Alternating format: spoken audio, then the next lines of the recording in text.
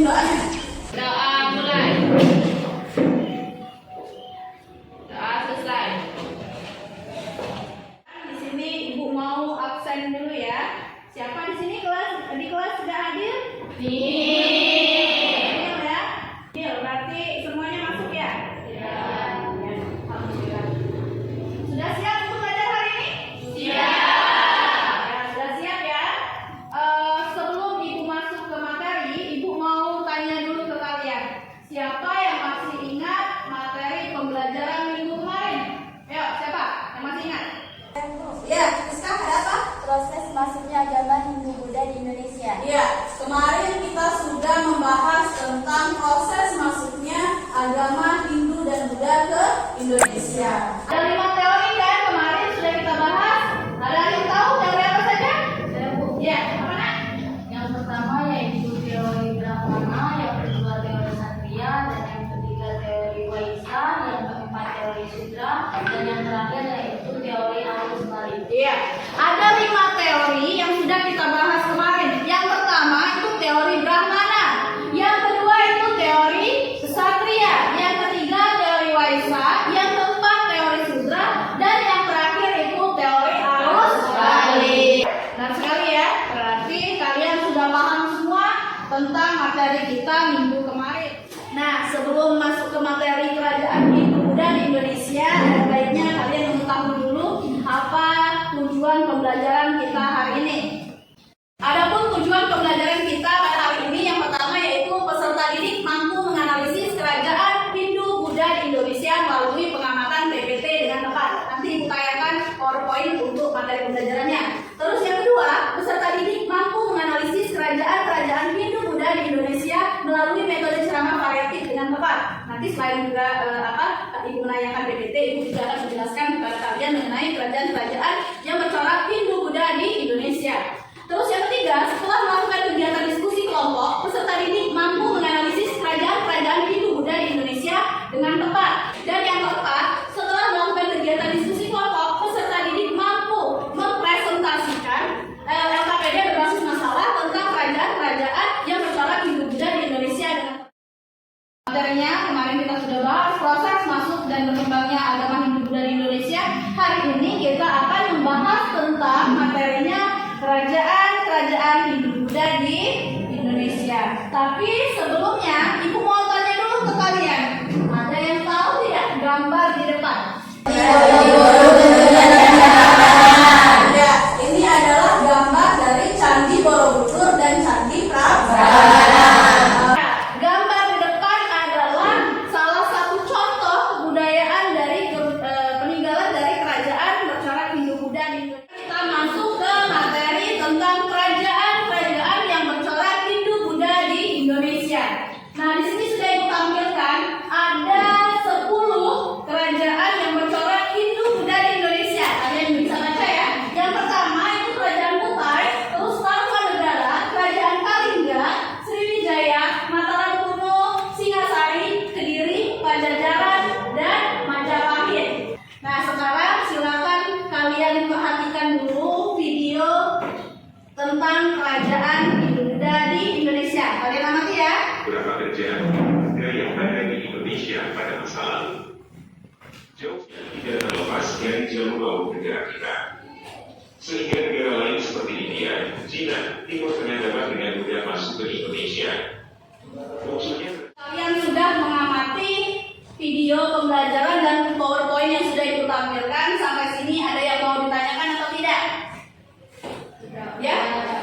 Siapa saja yang berada di kerajaan Hindu Buddha dan kerajaan Buddha? Oh iya, kalian tahu belum tapi yang bercorak Hindu itu kerajaan apa saja, yang bercorak Buddha itu apa aja? Belum. Sekarang Ibu akan menjawab kerajaan apa saja yang bercorak Hindu, kerajaan apa saja yang bercorak Buddha. Di sini Ibu akan menyebutkan kerajaan yang bercorak Buddha dulu ya. Yang kerajaan bercorak Buddha itu adalah kerajaan Sriwijaya. Terus kerajaan apa lagi? Kerajaan Mataram Kuno dan kerajaan Kalingga.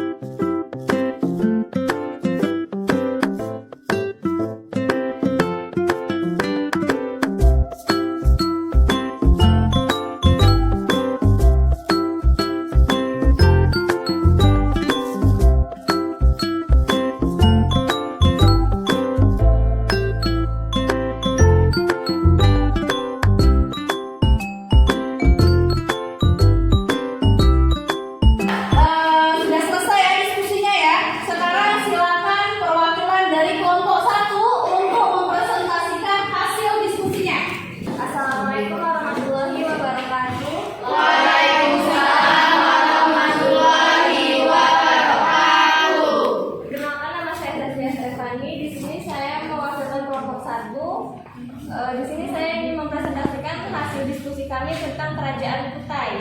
Kerajaan Kutai dianggap sebagai kerajaan Hindu-Buddha tertua di Indonesia.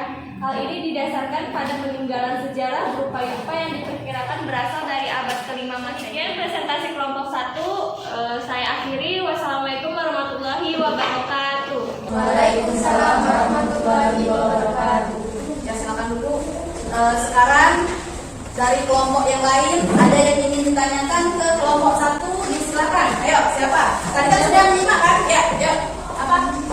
Yang kelompok 1 coba perhatikan apa yang ditanyakan oleh kelompok lain. Misalkan saya telah mencoba dari kelompok 3 misalnya mengapa Raja Purbaya tidak menggunakan gelar Warman di belakang.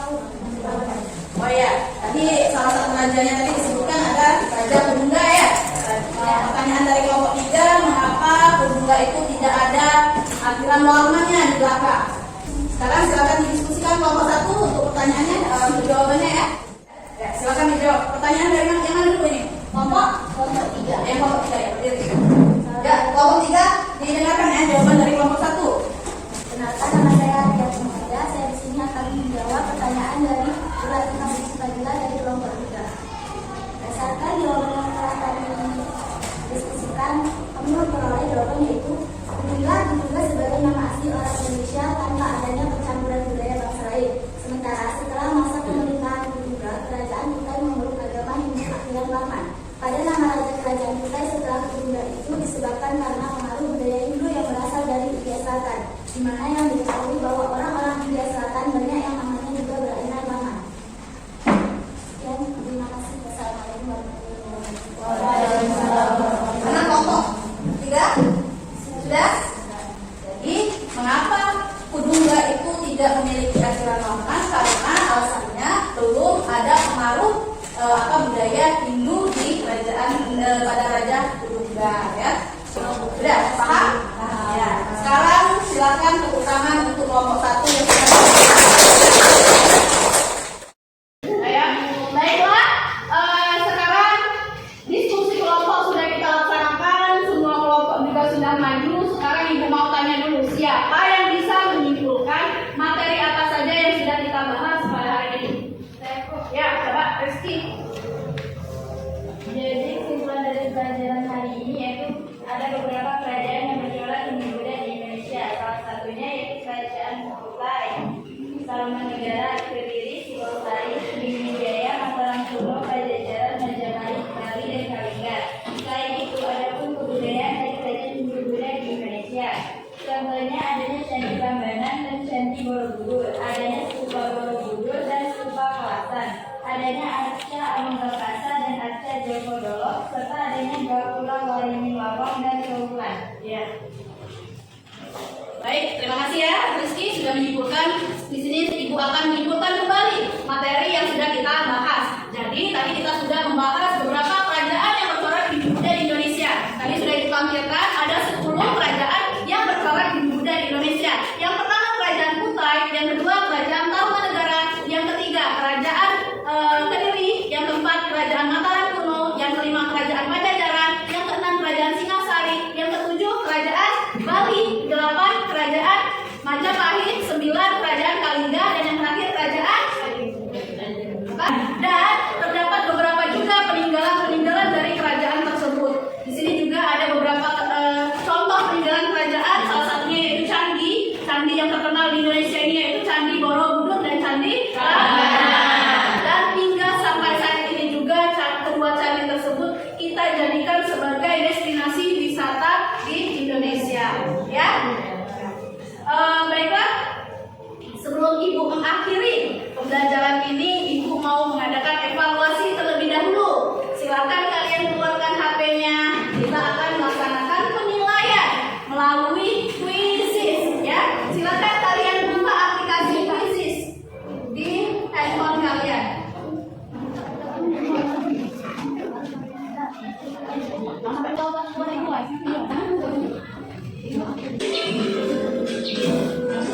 Oke, selesai. Kalian sudah mengerjakannya dengan baik dan Ibu lihat ini sudah semuanya benar, sudah mengerjakannya. Mungkin kalian sudah paham ya, sudah paham materi yang Ibu sampaikan hari ini. Sebelum Ibu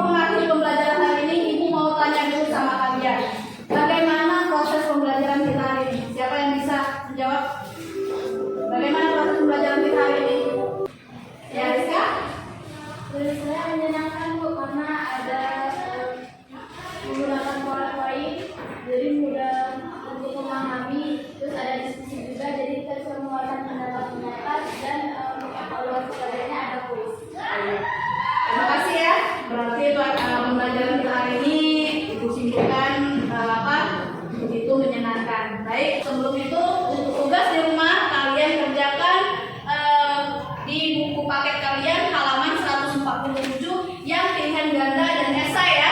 Minggu depan ibu tanyakan. Baik, mungkin sampai di sini saja pertemuan kita. Ibu akhiri, wassalamualaikum warahmatullahi wabarakatuh. Waalaikumsalam warahmatullahi wabarakatuh. Baik, minggu depan jangan lupa kita akan bertemu lagi untuk materi yaitu proses masuknya agama Islam ke Indonesia. Kalian pelajari ya. Dan juga sebelum itu untuk tugas di rumah kalian kerjakan di buku paket kalian halaman 147 yang pilihan ganda dan esai ya. Minggu depan ibu tanyakan. Jangan lupa kita akan bertemu lagi untuk materi yaitu proses masuknya agama Islam ke Indonesia. Kalian pelajari. Sampai di sini saja pertemuan kita. Ibu akhiri, wassalamualaikum warahmatullahi wabarakatuh. Waalaikumsalam